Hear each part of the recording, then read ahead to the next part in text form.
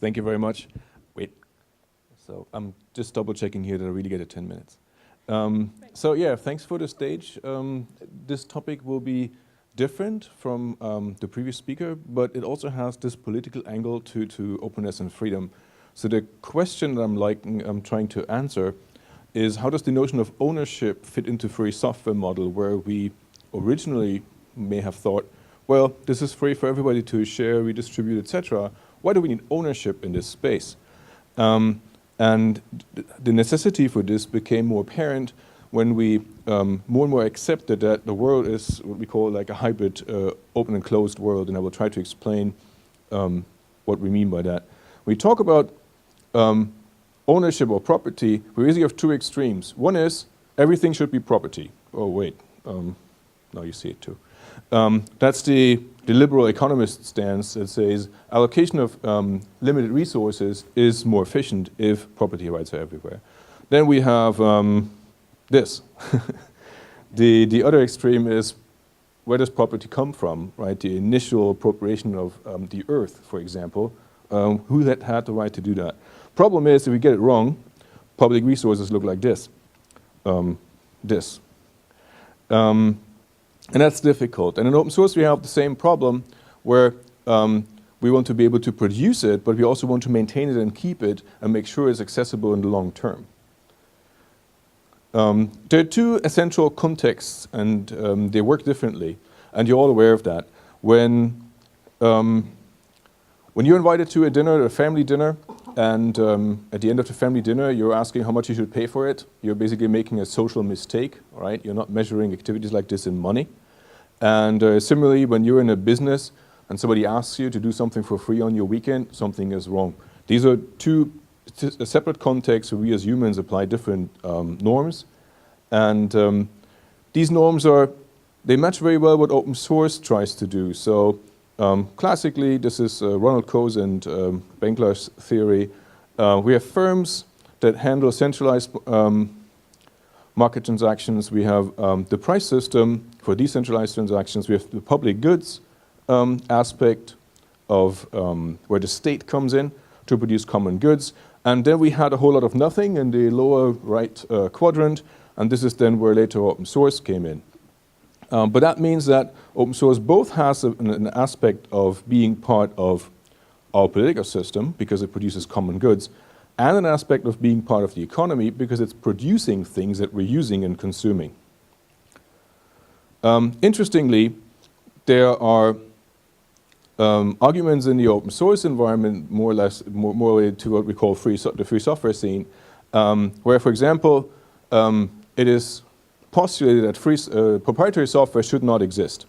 This is difficult because all the licenses, for example, that we wrote for free software follow an individualistic paradigm. They basically say the author of the software is the person that decides what can be done with the software. And the opposite of an individualistic paradigm is a collectivist approach. And that's not what we usually apply to software. So what open source does, and this is important, you heard it first here, right? Open source produces common goods in the absence of central authority. And that means that to do this, we rely on the rule of law over property. Because we have no central authority, no instance that can manage access to the resources that we're creating, to the common goods, which means we assume that if I, as an open source contributor, say this software comes under this license, that there's the rule of law to protect me and to enforce this, right? Which is the individualistic point of view. We apply this to copyright and source code in our basic three models that you know, but we also apply it to trademark. As you know, open source communities use trademarks a lot and ask you to rebrand if you do changes that are not covered by the trademark licensing policy. Patents are a bit of an exception here because there's basically no useful application for patents in relation to free software. So other modules, other approaches to this problem are theoretically possible. So for example, we could assume that there could be this idea of the benevolent dictator that you might have heard about in free software for enforcing software freedom for all of the free software that we create, like United Nations Agency for Software Freedom. The problem here is, first, authority has to come from somewhere, so who gives the authority to rule over free software? The open source community in general is rather averse to that. So if you ask them, they're always even difficult to deal with within the communities when it comes to authority to make decisions, right? So delegating community decision power to a centralized body is going to be even more difficult. And usually other problem here is a little dictatorship typically does not work.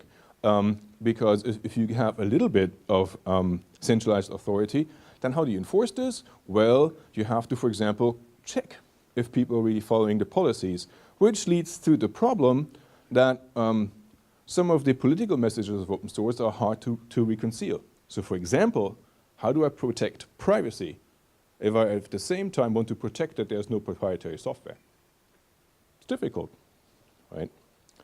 When it comes to these two social contexts that I've mentioned, one thing is important, and that is they usually don't mix very well. As I explained this earlier on, it's really difficult to apply market transactions to a family dinner. There's the standard question of why is daddy not home for dinner?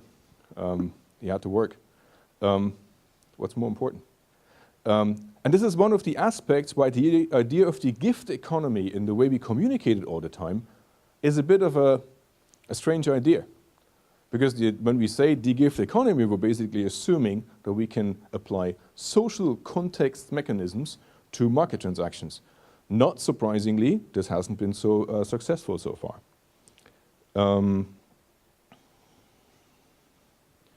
So what we can learn from that is that this at least indicates the reason for some of the difficulties that open source communities have had in the past. So compensation is more or less destructive in a social context, which is related to some of the standard questions. You have businesses rewriting on open source activities that ask, why doesn't the community take care of maintaining the software or fixing these bugs for me? Well, because you started paying them for it, and that means they basically lost the interest on this. That's also why sponsored open source development really typically does not work very well, and also business-driven communities usually have no volunteers. Which led to a thought model of a combination of collaborative and competitive zones. And I'm going to give a couple of examples of where this is implemented. First, what does this mean? When we say we live in a hybrid open and closed world, that means this maybe utopia that we have drawn when we started the open source movement and started to create free software for everybody, that long term everything will be free software.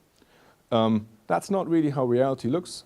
And not in the sense of I'm a pessimist, but more in the sense of we live in, for example, social market economies, right? Which is a combination of open and closed, of like open market versus mandatory participation in a social system, right? We see the same pattern applied more over and over again. And in software and hardware, we see the combination of physical and information goods, which is also the same thing. We combine maybe free software with proprietary goods. This idea of collaborative and competitive zones is implemented in the Open Invention Network. Disclaimer, I'm part of the team of the Open Invention Network, which is a globally operating patent pool that protects open source technologies from patent litigation. Similarly, the Linux Foundation is a business association, a trade association, that fosters industrial open source, which in a way leads to the question of who are the caretakers of volunteer-driven open source. I list the FSFE here because I think it does a very good job in that. But in general, this understanding that there is a differentiation between market transactions and social transactions and that these areas need to be handled differently has been better understood by the industry organizations than by politics and by the communities. Which leads to one of these standard questions, is open source a political movement or an economic model? The answer is probably both. But if it's a, okay, I'll just continue. If it's an economic model, then it needs a framework in which all the participants Did I do that? State institutions, businesses, and individuals can cooperate. We need a way to mitigate different motivations, like social, private, economically driven, and we need protection against abuses, which is again the rule of law and copyright. If we're looking into a political movement, then what we need is a doctrine. And trying to wrap up. Especially, we need a plurality of opinions. This is basically the most important thing that the open source movement is missing. So, summary, predictions are very difficult if they're about the future. You can measure freedom based on the freedom of the centers. If copyright would not exist, we would invent it today to make floss viable. And the political open source movement needs to be reshaped because it's based on mantras that don't understand the overall system very well. Thank you very much.